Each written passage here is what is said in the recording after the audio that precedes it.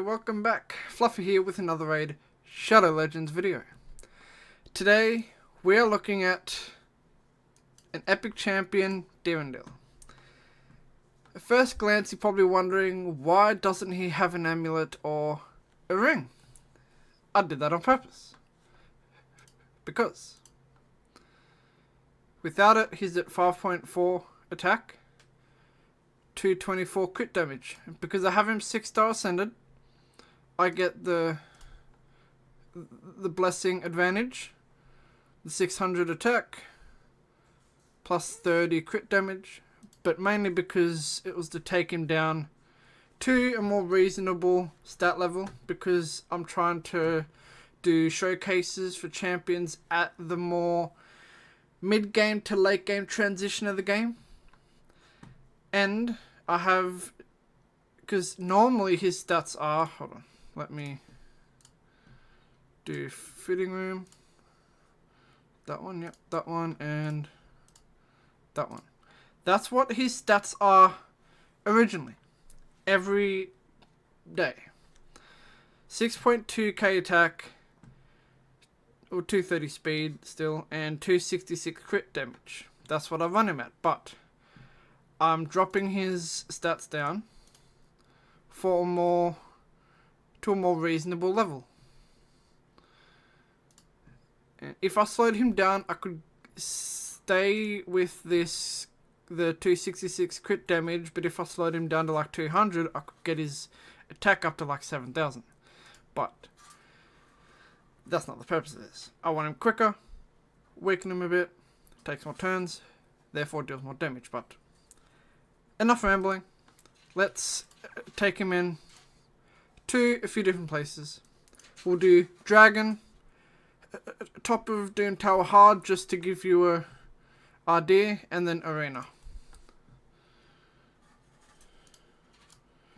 The mid to late game transition, you wouldn't really be doing hard dungeons, so yeah, we'll stick with this. So, Dirandil can be a pretty good wave clearer.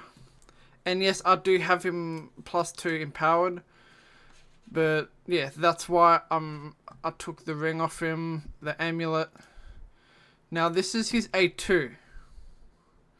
Let's move up a bit so you can see the damage numbers more. About 114 to about 130 if I saw it correctly. Now let's speed him up. Go to the A3. This is the single target. Now, the A2. Just quickly run through this. Attacks all enemies. Will ignore 15% of each target's defense. Add on the 25 for the Savage set. Fills his champion's turn meter by 10% on each critical hit. So, wave clearing.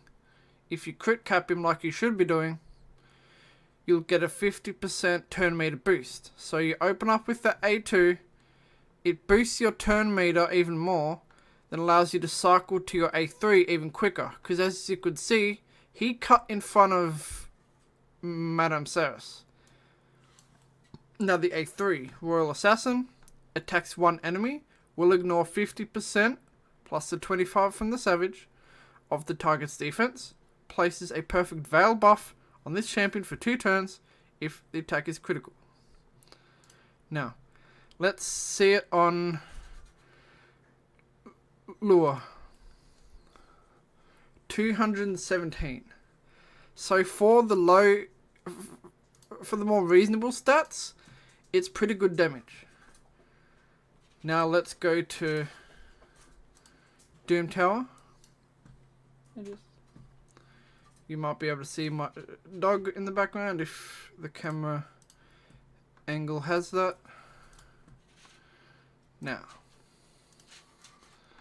my 2 champions I use to farm normal. Let's go Arbiter. Let's go Madame Ceres. You're probably wondering, why am I using Madame Ceres for decreased defense when I have Lydia? But Lydia isn't fully booked yet, so her A2 A2 is not 100%. That's why I'm still using my dumb service. Now let's have a look at... Now, Hard Doom Tower near the top floors, or just Hard Doom Tower itself, you need a lot more damage, or just a lot more oomph to get past, or just to decrease their health. Now, it'll mainly be on Visix and Ethos. Let's... 140,000 on Ethos, just completely wiped him. I forgot to slow that down, but you just can pause the video and go back. But let's... Hopefully I can get back to him. No, okay, I'll have to restart. Obviously you'd put a full team in here, but yeah, this is just to show you the damage, so I don't care if I die. And it doesn't use up energy. Now the single target. I'll do it on Visix, because she's a defense based. She'd be, even with the decreased defense, should be more tanky than Ethos would be. So 200 and completely wipes him.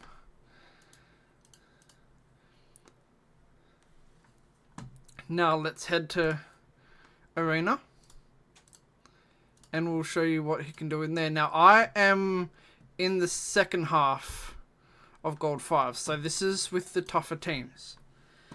Now, let's go this one.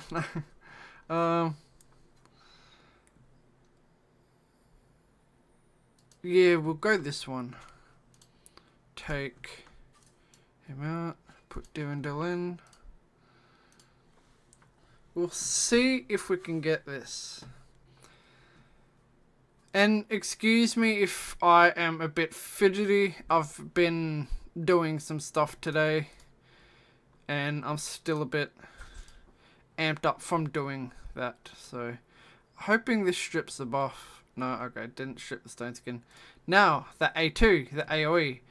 Unless they have reaction, this should get rid of Armands and Arbiter.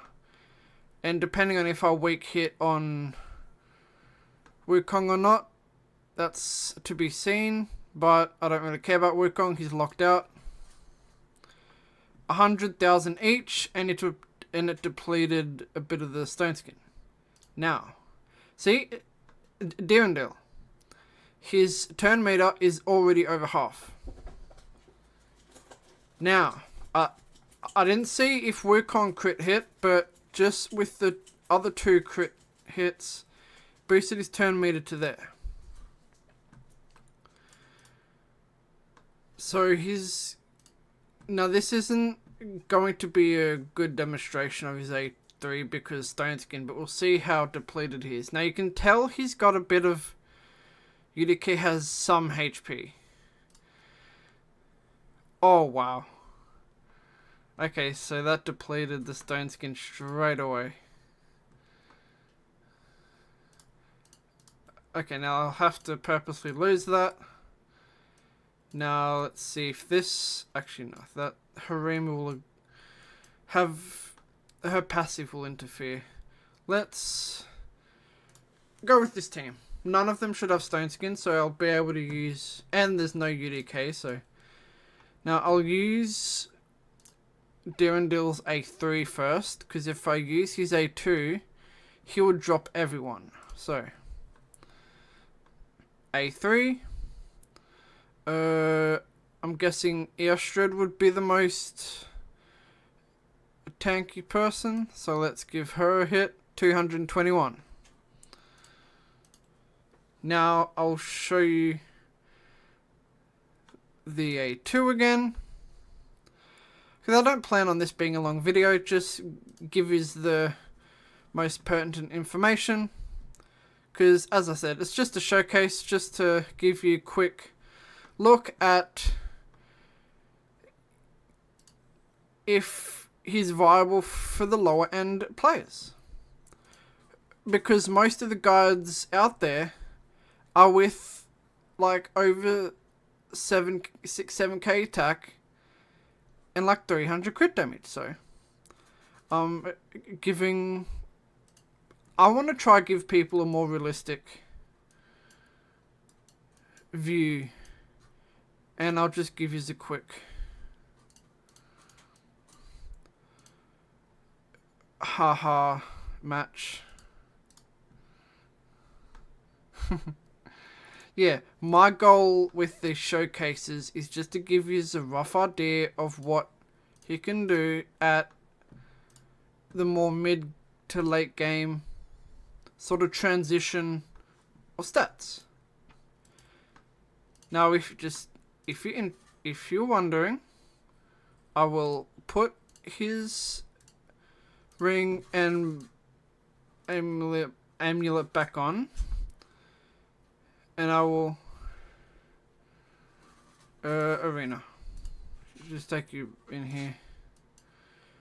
We'll go back into this team. And I'll give you a quick A2 just so you can roughly see the difference. Because I can't use the A3 with this team because UDK. And the stone skin, unless, yep. Resisted. No. 133, 177. So yeah, 266 crit damage, 6k attack.